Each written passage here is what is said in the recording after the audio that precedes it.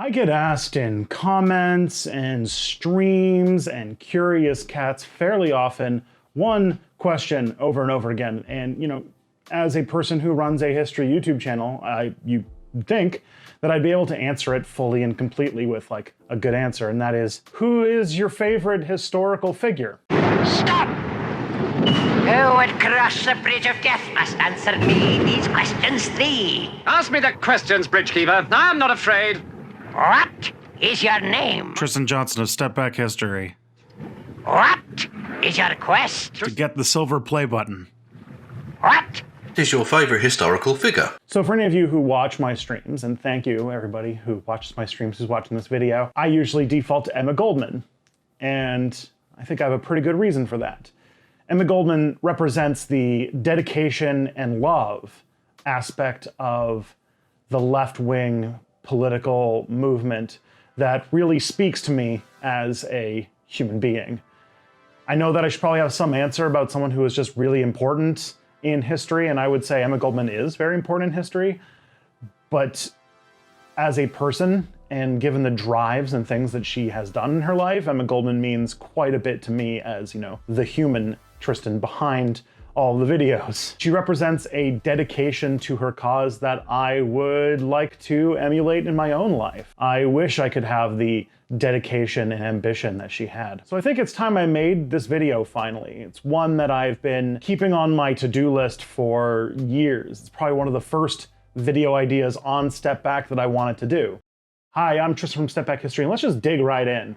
Emma Goldman was born in the Russian Empire, in a part of it that would be modern-day Lithuania, to an Orthodox Jewish family in the year 1869. Nice. And to call her childhood harsh and brutal would be an understatement. There's a lot of reasons why Emma Goldman from a very young age became a little disillusioned with concepts like state authority and authoritarianism. She had an incredibly abusive father who whipped her regularly. And one of her first things she witnessed that represented the state was a peasant child being flogged by a Russian imperial police officer, for lack of a better term. As a child, they moved to the German Empire, where Emma went to school for the first time. And in school, what she witnessed was sexual assault and brutality. One of the teachers brutally punished her on the regular, and this was back in the days of, corporal punishment in schools, so she was regularly physically abused by one of her teachers. So you can already see between the government, her father, and her teacher, there's a lot to show a deep resentment of authority figures. And from the beginning, there was, of course, resistance to those authority figures. One of my favorite things about Emma Goldman is that she sees injustice everywhere she goes, and she very rarely ever takes it lying down. That teacher who brutally punished her was later fired because he was also sexually assaulting younger students, and Emma Goldman worked with some other students to draw attention to that and get him fired. Later in her childhood, the family then left and went back to Russia, to the city of St. Petersburg. And with her moving to St. Petersburg, her access to education stopped because unlike Germany, Russia doesn't have a public school system at this point. And her father had no interest in paying for her to get into education. He didn't really see the value in women getting educated. Girls do not have to learn much. All a Jewish daughter needs to know is how to prepare gefilte fish, cut noodles fine, give the man plenty of children, eat hot chip and lie. Not being stopped by something simple like her father being small-minded, Emma Goldman then began to educate herself. And during her self-education, she radicalized herself in two major ways. One, during this period in Russia, there was a group called the Nationalists, who were sort of big social reformers who wanted to upend the conservative state of affairs of its day. She was very enamored by this movement. On top of that, she was also very inspired by a novel called What Is to Be Done, and she references this several times as a point of inspiration in her life. And it's a novel about a young woman who's headstrong, who leaves an oppressive family to join a seamstress cooperative and make a life for herself. So she's already well down the path to being highly anti-authoritarian, against traditionalist society, involved with radicals, and at this point, she's 15, and her father tries to marry her off because she comes from an Orthodox Jewish community with matchmakers and such like that. So they do arranged marriage, and she is sent to marry a man. And Emma Goldman resists. She fights her father on this, claiming that she is only going to ever marry for love and love alone. You'll see regularly through her life also that Emma Goldman takes zero shits from anybody. And also you'll hear a lot about love referenced in her work, because love and free love and being able to choose who you love is a very big part of Emma Goldman's personal philosophy. She was involved in the free love movement. She was involved in contraceptive movements. She was very much into sexual liberation for women and men. And on top of that, she was also very inspired by just the power of love. The power of love. And then, as if her life couldn't have more hardships, when she was 15, she was raped in a corset shop by an anonymous man. Something that she claims in her own writing soured her relationships towards men basically for the rest of her life, because it's like one of the most traumatic things a person can go through. In 1885, against the wishes of her father, she followed her sister and moved to Rochester, New York. One of the first things she did in Rochester was she became a seamstress, a job that she did not get paid very well for and worked a lot of hours. Obviously, this is the 1880s, so workers' rights were not super great at that time. She asked for a raise and was denied, so she quit. And then about a year later, despite, all the belly aching that her father did, the whole family came to America to escape the rising anti-Semitism in Russia. You've probably heard about this before. It's the story behind Fiddler on the Roof. It's the story behind American Tail. The pogroms and the Jewish diaspora from Russia is pretty well known in our cultural imagination, and Emma Goldman's family was part of that. Her next job was still as a seamstress, but at a small, more independent shop. And it was there that she met a man named Jacob Kirshner. Do remember that name, Jacob Kirshner. It's going to come up a little bit later on. The two of them hit off immediately, and within 4 months of meeting each other, they were married. And as you can imagine, like any marriage that starts after knowing each other for 4 months, it almost immediately began to fall apart. He was jealous and emotionally distant, apparently impotent too. She made a very big point of pointing that out. She tried to separate from him, but he threatened to kill himself if she didn't come back.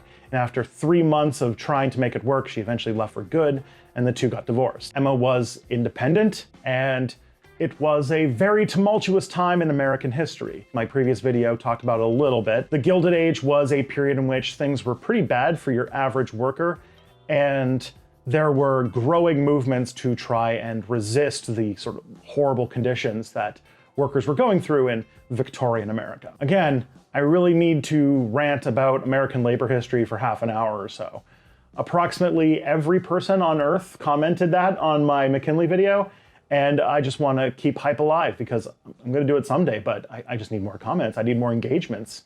I need to be fed with more numbers in order to sate the beast. And the event that really got her into radical politics was the Haymarket Massacre. Now, I haven't made a video about the Haymarket Massacre yet. It's a very big and important part of American history, but Thoughtslime, good old buddy of mine, Maddie, did a video on it. And I'd be remiss if I didn't tell everybody to watch that. So, being involved in radical labor politics and having that strong sense of anti-authoritarianism, seeing the brutality of the state firsthand, and the authoritarianism of her family, she became an anarchist. The political philosophy that is, above all else, fiercely anti-authoritarian, and goes by the strong idea that there's no government like no government, instead opting for multiple different ways to run society, usually involving complex, interconnected communes and powerful labor unions that manage industries. And it's very complex, and there are many YouTube videos that break it down for you, so just go Google it sometime. After you watch this, watch all of this, like, share, and subscribe, then you can Google it. And this involvement in radical politics, combined with her failed marriage, started to turn her against her family. And after it was finally determined that the marriage wasn't going to work out with Jacob, her family decided to throw her out. And she left Rochester with nothing but a sewing machine and $5 and went to New York City. And if that isn't the beginning of a story that shows you that well-behaved women rarely make history, I don't know what will. The first day that she arrived in New York City, she went to a place called Saks Cafe, which was a known gathering point for New York City radicals. You will never find the more wretched hive of scum and villainy. And on that first day, she met two men that would have giant impacts on her life. The first and most important is a man named Alexander Berkman. He was a major leader in the anarchist movement, and pretty soon from this moment onwards, the two would be self-described lovers for decades. Pretty soon after meeting, the two would end up living together in an apartment with Berkman's cousin, and the three of them together would actually start an ice cream shop to make a little bit of money.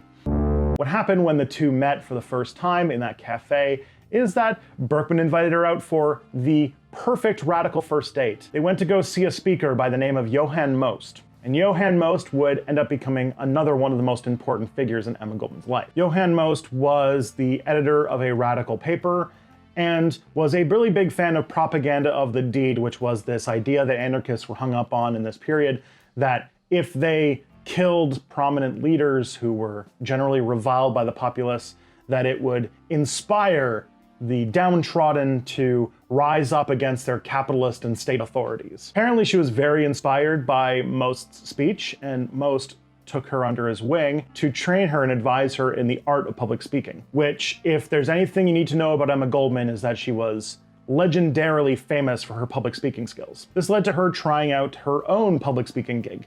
Her first public speech happened actually in Rochester, back where her family lived, where she had to tell her sister what she was doing and then give her explicit instructions to not tell her parents that she was coming. And from her biography, you can see in her own words that the act of public speaking was a truly transcendent experience for her. Something strange happened. In a flash, I saw it. Every incident of my 3 years in Rochester. The Garson factory, its drudgery and humiliation, the failure of my marriage, the Chicago crime. I began to speak. Words I had never heard myself utter before came pouring forth, faster and faster. They came with passionate intensity. The audience had vanished. The hall itself had disappeared. I was conscious only of my own words, of my ecstatic song. She was fiercely independent, so much so that she started to chafe against Johann Most because he was sort of anticipating that she would just be sort of a speaker for Most's ideas, and she had her own things that she wanted to say. And the two of them sort of butted heads over that, and eventually she left the radical newspaper and sort of went on to her own career, again with the no taking of shit from anybody thing. And then one of the most important and tragic events of her life would happen yet again. In 1882, there was a major strike at a steel plant owned by Andrew Carnegie, one of the richest people at the time. And her and Alex Berkman, who she called Sasha, wanted to go and do something to turn this into a revolutionary moment. The whole event is known as the Homestead Strike, which should probably be a video in and of itself. But, you know, it's the typical labor story of this period. There was dispute over labor relations with the union.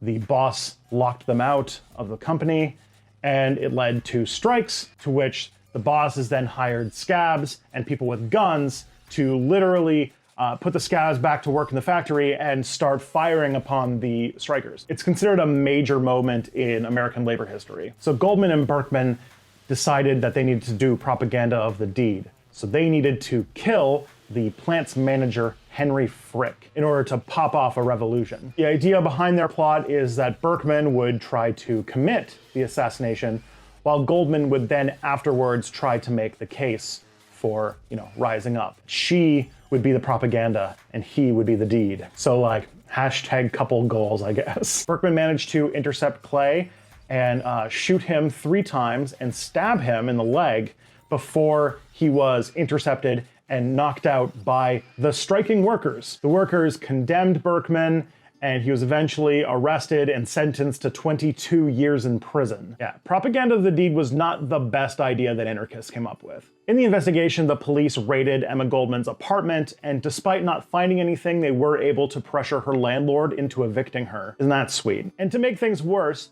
Johann Most publicly criticized and berated her and Berkman for trying this. So at one of his public speaking events, she went and bought a toy whip and hit him with it. And then when he ran away, she broke it over her knee and started throwing bits at it because honestly, this woman gives 0 f***s. But now Goldman was without her partner.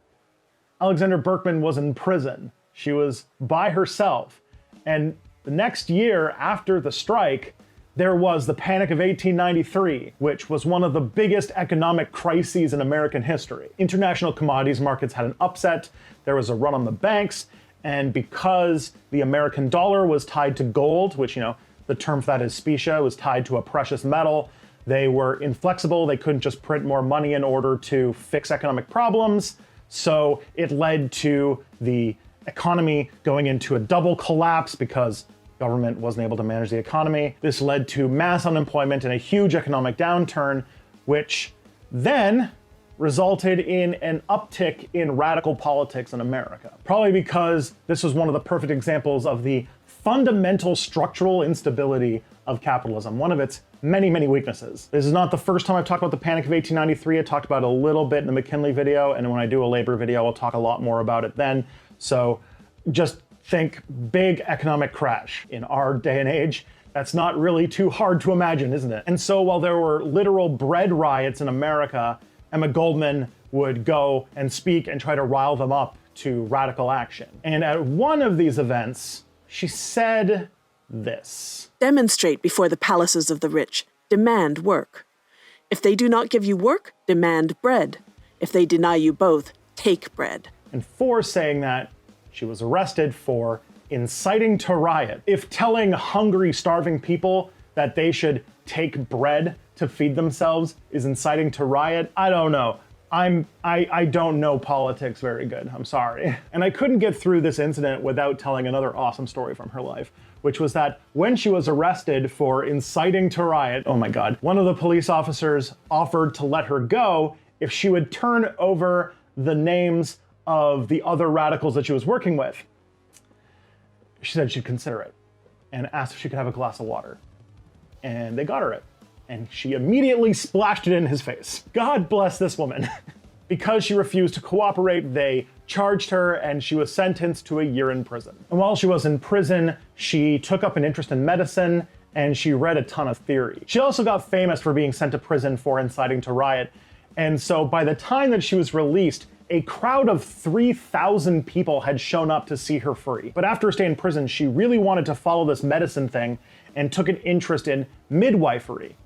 There was no place where you could get a diploma in midwifery in America at this time, so she had to go to Europe for a while to learn how to become a midwife. And after she finished her education, her job basically became part-time midwife, part-time roving lecturer to crowds of adoring fans. So things were looking really, really great for her, and they were, until someone decided to kill the president. In 1901, an anarchist by the name of Leon Czolgosz shot and killed President William McKinley. It's a topic of my last video. Anyways, Czolgosz, when he was interrogated after shooting the president, claimed that he was inspired to commit his act after listening to a speech by Emma Goldman that he had heard earlier that year. He was a very socially awkward man, and he tried to reach out to Emma Goldman to, get books to read, to become her friend, to become plugged into the anarchist movement in America. But because he was talking about strange things like asking, hey, where is the secret society where we plan to kill politicians and stuff like that,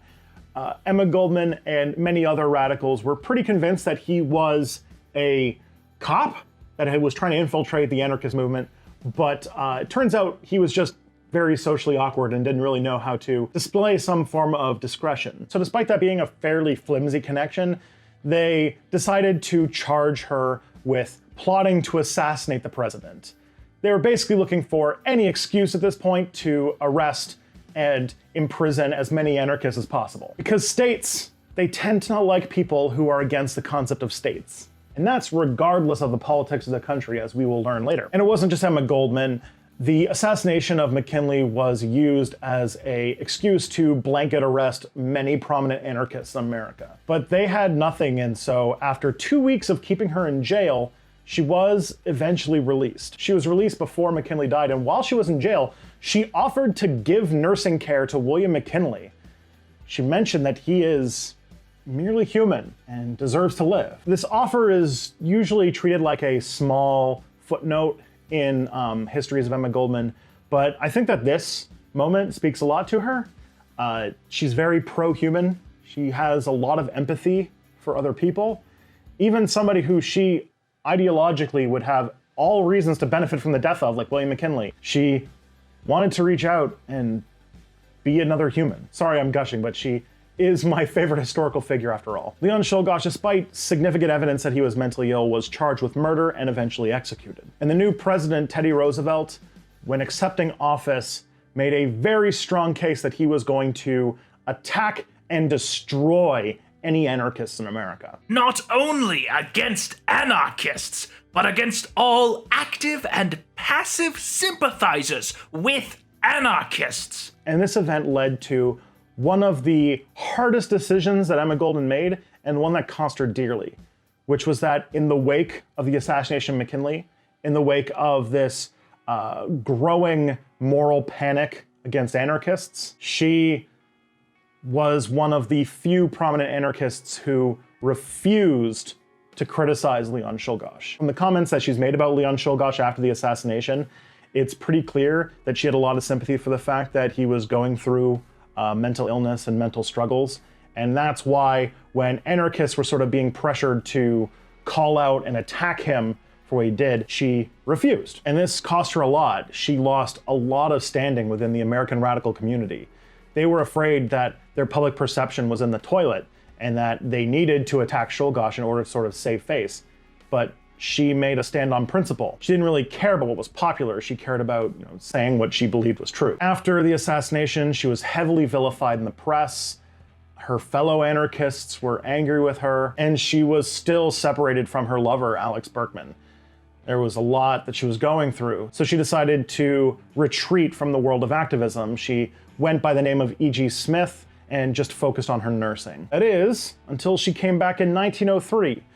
What happened in 1903? Well, because of the assassination, the United States decided to pass a law called the Anarchist Exclusion Act of 1903. This was a very repressive act. No law since the Alien and Sedition Act, which was under the Adams administration, like the second president, had a law in the books that explicitly threatened to deport or ban from coming into the country any immigrants who professed a belief in anarchism. And this led to a massive backlash against the law that brought together all sorts of left-wing groups and civil libertarians. And Emma Goldman decided that she needed to come out of her sort of self-imposed exile to join the fight against this law. The argument they try to make against the law is that it violated the First Amendment of the US Constitution. You'd think from the discourse we have about today that it's only for protecting Nazis, but it's actually about free speech for everybody, believe it or not. And so Goldman joined the Free Speech League in order to fight against the Exclusion Act. This is not successful, obviously, because the law is still on the books today,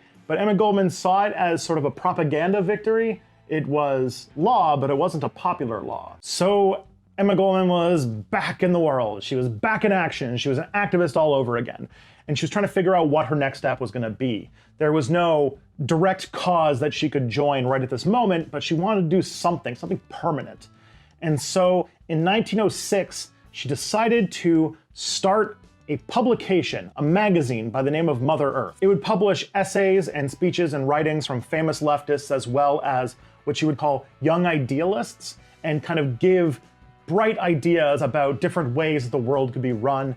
And it ran for about 11 years. And Goldman herself wrote a lot of articles for Mother Earth, obviously. And not just on anarchism and politics, she also wrote about sex, feminism, and atheism. When birth control activist Margaret Sanger became more of a national force, they took fierce alliance with her, and Mother Earth started to publish open support for Margaret Sanger. Emma Goldman had been a birth control activist for years, and they had written about birth control in the past, but Margaret Sanger sort of creating the moment to talk about birth control gave her a lot of reason to be excited. Also in 1906, her lover, Alex Berkman, was freed. The two of them were finally together.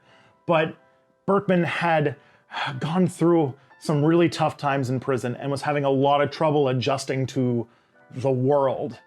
He actually bought a pistol and intended to kill himself, but eventually didn't. He heard about what happened in the wake of the McKinley assassination. That sort of snapped him out of it, and he instantly was like brought back to life and ready to join the fight all over again. And him and Goldman basically started to co-run Mother Earth together. He would take care of the day-to-day printing of the papers, and she would go around and talk to people and try to raise money for it. At the same time, he also had an affair with her at this period, with a 15-year-old anarchist woman. And one of the moments that I genuinely have some pretty deep criticisms for Emma Goldman for is that she sort of forgave him and tried to write it off as sort of the mental effects of being released from prison. But ever since he came back from prison, their lives weren't as romantically intertwined as they used to be. From this period onward, she was basically touring nonstop around the country. One of the things that inspired her about the fight against the Anarchist Exclusion Act is how many people came out to help anarchists in solidarity, other leftist tendencies, other civil libertarians. So Emma Goldman was really inspired about kind of creating a more left unity and started to reach out more to people in other tendencies. And this was basically her gig for a decade. She would go around, she would talk. A lot of her speeches were collected and printed in a book called Anarchism and Other Essays. Another great read, by the way. That book came out in 1910, and it covered all sorts of issues, including her issues with suffragettes, because she was angry that women were fighting for the ability to participate in an oppressive system rather than being interested in tearing down the oppressive system altogether. But it covers all sorts of topics of anarchism and feminism and prisons and all sorts of stuff. There's also something called the Anarchist Congress of Amsterdam, which was this attempt to get anarchists and syndicalists to meet and try and work out their issues with each other. Didn't really go all that well, but Emma Goldman was at that as representative of the anarchists. And in 1915, she went on a whole tour focused on birth control and spreading education about contraception and birth control methods. And that led to an incident in 1916 in which she was arrested for illegally teaching people about how to use contraception. She was charged a $100 fine, a fine that she refused to pay, and so was sentenced to 2 weeks at a prison workhouse, in which apparently she had a very good time. She enjoyed meeting and spending time with a lot of other people who she felt were excluded from mainstream society. God damn it, Emma. In this time, she also met a man named Ben Reitman, and they sort of started a love affair. But while she only spent time with him, he and her were both into the free love movement. He actually took multiple lovers. And she wrote in this period about how she struggled between her belief in free love and also her own personal jealousy.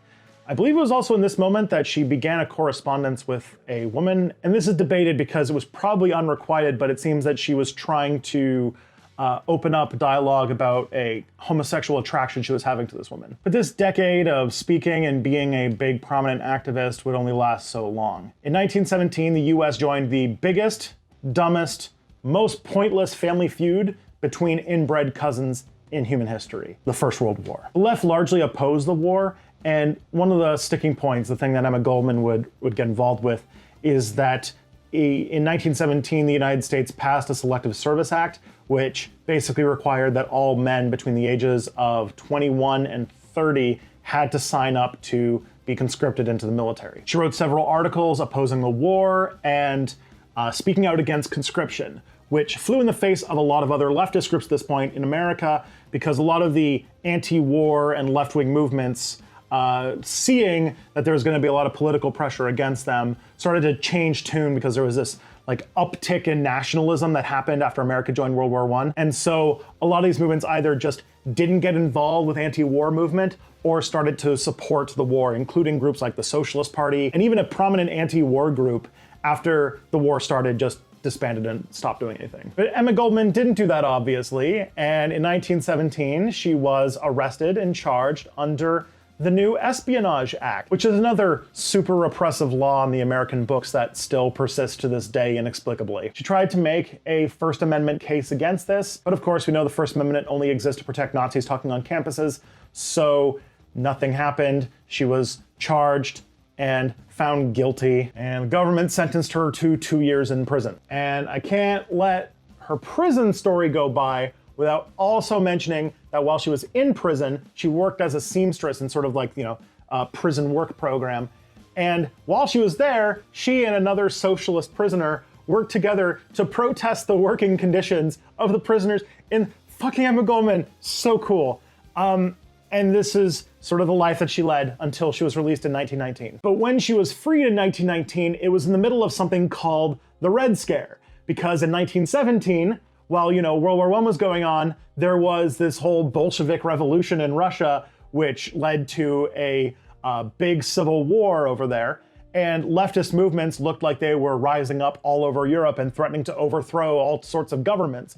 So America was also terrified that insurgent leftist movements were going to overthrow America and peace would break out everywhere. What a f***ing horror. So this led to a major moral panic against communists. They wanted to stop Bolsheviks from rising up in America. And Bolsheviks became code for immigrants, especially Jewish immigrants, which, for the record, Emma Goldman is both. And also while she was in prison, in 1918, the Anarchist Exclusion Act was expanded. When Goldman was released from prison with Alex Berkman, actually, the two of them both went to prison for this, the Attorney General of the United States, Palmer, and J. Edgar Hoover, the head of the precursor to the FBI, both targeted those two specifically. It was very important, especially to Hoover, that Emma Goldman and Alex Berkman were threats, anarchist threats to America, and that these two people needed to go. But in 1919, they also were deep in the process of trying to arrest and deport any leftist they could. So they went through the process of trying to deport Goldman. They asked her a bunch of questions at her deportation hearing about her political beliefs, and she refused to answer any of them. And she made the claim, because she did get married to an American citizen, that she was a US citizen and she could not be deported under this act. So then they came up with what I would say is one of the most bullshit arguments in American legal history, which is saying quite a lot. They claimed that because the citizenship of Jacob Kirshner, the man that she married to get citizenship, was revoked in 1908, that then her citizenship could also be revoked, and therefore it was fine to deport her. So Goldman and Berkman and 249 other people that they could make excuses for deporting were sent to Russia, a country that Emma Goldman left when she was 15 years old, 34 years ago at that point, and was currently in a state of civil war. So Berkman and Goldman were stuck in Petrograd, which was the new name for St. Petersburg, in the Soviet Union in 1920. Now, before she had gone to Russia, Emma Goldman actually had positive things to say about the Soviets. She thought it was one of the more successful leftist projects of our time, and at the same time, she did have sort of critical support. She was still not super happy with the fact that the Soviet Union relied on a government to function. And it didn't take a very long time for Goldman to become disillusioned with her Russian experience. One of the first people she spoke to referred to free speech as, quote, bourgeois superstition. Looking around the Soviet Union, this apparent paradise of worker empowerment and equality for all was a hyper authoritarian government where people worked in very bad conditions. And on top of that, anybody who criticized the government was labeled as a counter-revolutionary. She had a lot of concerns, and she even got to meet with Lenin to voice them. And Lenin very calmly brushed her off and basically told her that there's no time for free speech in a revolution. Goldman very quickly became very disillusioned with what was going on in the Soviet Union, and went to Petrograd to spend the rest of her time there. But very soon she was already getting involved in activism, and she started to get involved with a major labor strike that happened in Petrograd, which is more notorious because this strike then moved to the city of Kronstadt. Kronstadt is a major port town, and the government of the workers and for the people deployed soldiers to attack the striking workers who were trying to get better working conditions and more autonomous unions. They eventually ended up killing 1,000 strikers and arresting about 2,000 more, many of whom were then executed. Now, I probably haven't read enough theory or something, but I don't really see the leftist praxis of killing strikers who are trying to get better working conditions. It just doesn't feel very much like, leftist praxis to me. So after that incident, Berkman and Goldman decided to leave the Soviet Union, sneaking through Latvia. So the first place they decided to live was Berlin, which in the early 1920s was a pretty happening place to be. She wrote several articles for a major American newspaper about what she witnessed when she was in the Soviet Union. Of those articles, they were kind of binded together and released as 2 books called My Disillusionment in Russia and My Further Disillusionment in Russia. Apparently she fought back against those names, but she was not able to win, because those are terrible names for books. But the German left had a lot of issues with her criticizing the Soviet Union, so she really didn't have any allies and comrades in Berlin. On top of that, German liberals also thought that she was too radical, too much of a leftist to hang out with them. So without any real place to go, she decided to leave and check out London. So while Berkman stayed behind in Berlin, she decided to go to London. There, she was very positively received by a major congregation of people, including some of the biggest minds in the British left at that time. But then, when she was at said reception, she criticized the Soviet Union, which caused a massive uproar. Several people left. Bertrand Russell wrote a letter basically calling her an anarchitty for not supporting the leftist cause of the Soviet Union. I believe the specific term was that she was a naive anarchist idealist, which is basically, I guess, the fancy British term of whenever tankies call me a quote-unquote anarchitty. Funny story about that. The first time I was ever called an anarchitty, it was by a 17-year-old Stalin supporter in my comments. After a few years, the British government tried to deport Emma Goldman as well, but luckily one of her supporters was a Scottish anarchist who offered to marry her so she could stay in the country. But she had very few friends, and her letters from this period describe her as being, quote, tired and heartsick. She didn't do a whole lot of political writing in this period. She more opted to write about analysis of drama, which I jokingly refer to as the movie review video essays of her period. She started to get very, very depressed that she just couldn't do anything. She wasn't able to get involved in what was going on. So she needed a new project of some kind. She needed to do something. With some money raised by some admirers, she moved to France, to a small village, and began to write an autobiography. I can't let this moment pass without mentioning that when she was writing this book, she sent an early draft to Berkman, and Berkman wrote back some comments saying how he really, really didn't like it. And then she took those comments and put them in the book as a way to just kind of stick up the middle finger to him too, because Emma Goldman. What this project would turn into is a 2-volume book series called Living My Life. The first one came out in 1931, the second one in 1934. And these were best-selling books. They were reviewed very well, especially in America. So much so that she was able to get a visa to go to America for a few months to tour and speak about her autobiography. She was given explicit instructions that her ability to enter America was contingent that she do not talk about politics. She only talked about apolitical things like her life, drama, and video games. Because of all the criticism of the Soviet Union she did, though, communist publications, a lot of radical papers in America, were now dead set against her. Her visa was about to expire. She went to Toronto to try and get it extended, but she was declined. And it was around that time that she got one of the hardest letters she received in her life. In 1936, Alex Berkman committed suicide. And according to the writings, this was probably one of the hardest moments of her life. She went into a deep, deep depression and didn't really get up to much, didn't really do a whole lot of writing in this period. That is until later that year when civil war broke out in Spain after an attempted fascist coup. And the attempted fascist coup led to an anarchist revolution. The anarchist revolutionaries invited her to come to Barcelona to see an actual anarchist society that was existing in Spain. And in her letter where she was excited to go to Barcelona and see what was happening, she wrote explicitly as if like a weight had been lifted off of her heart from the loss of Alex Berkman. The anarchist forces in Spain were an alliance between the Confederación Nacional de los Trabajadores, otherwise known as the National Confederation of Workers, and the Federación Anarquista Ibérica, which was the Iberian Anarchist Federation. And yeah, she was in love. She got to live in an anarchist society.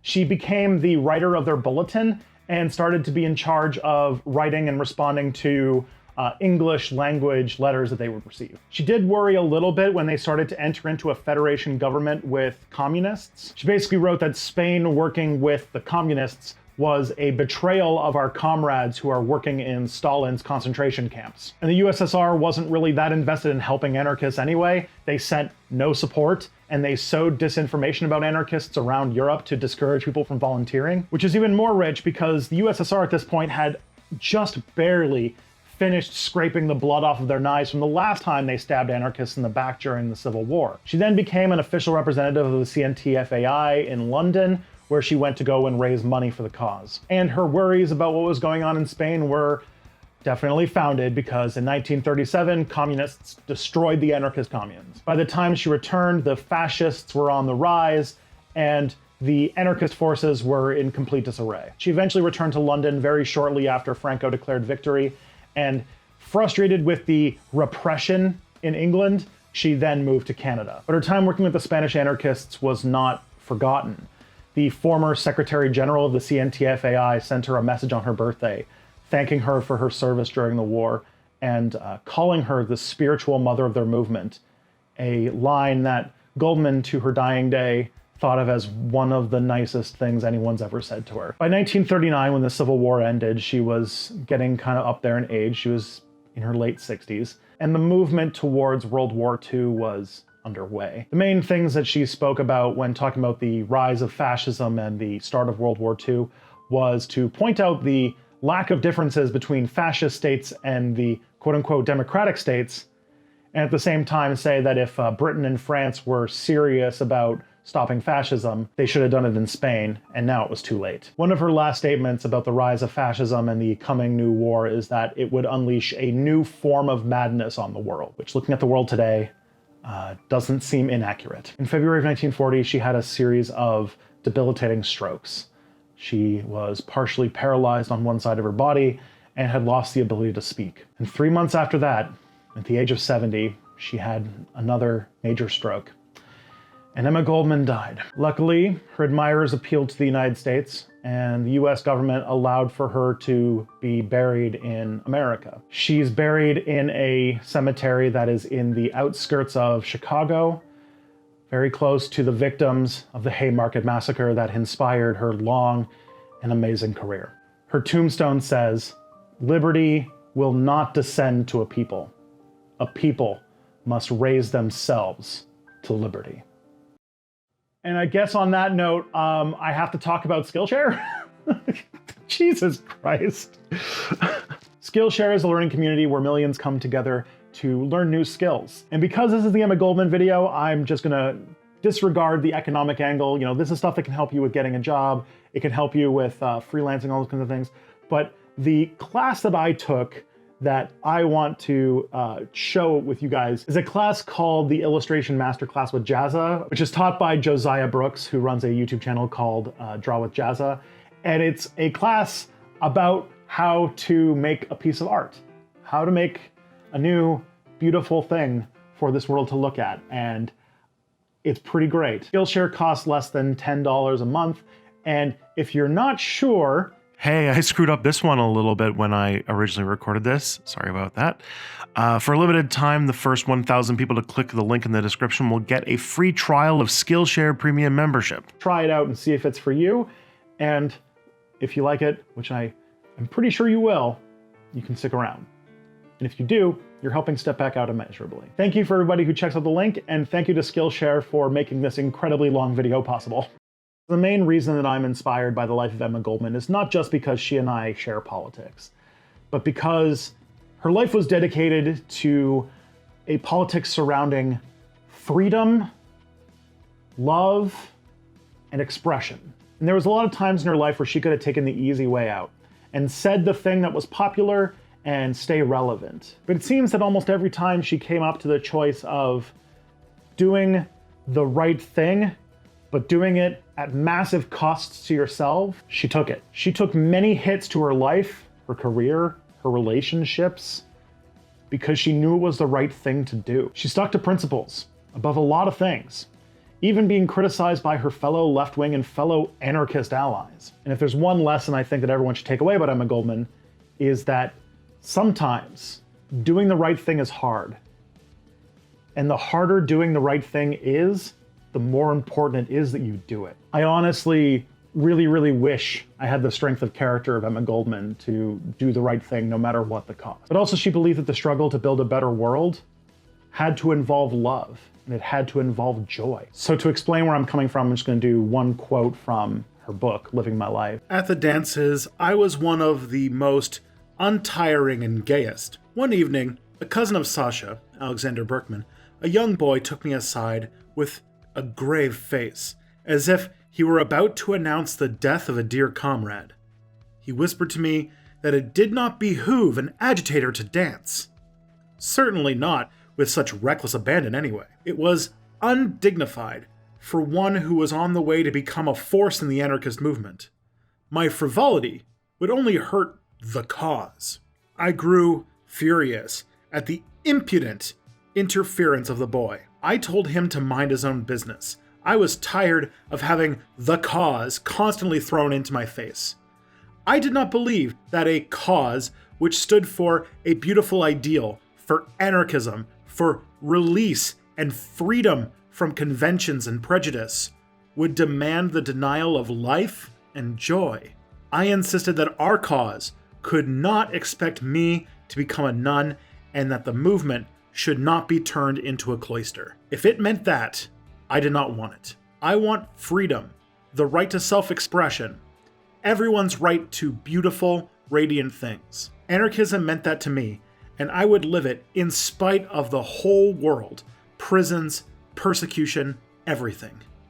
Yes, even in spite of the condemnation of my own comrades.